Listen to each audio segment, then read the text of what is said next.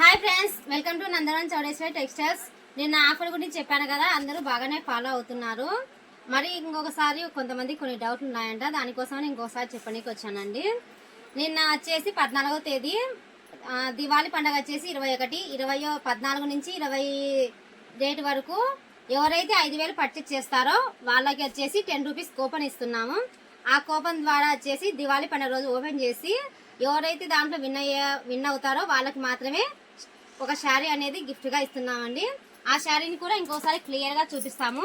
చూడండి, ఇదే అండి ఆ శారీ. 10 రూపీస్ శారీ అండి.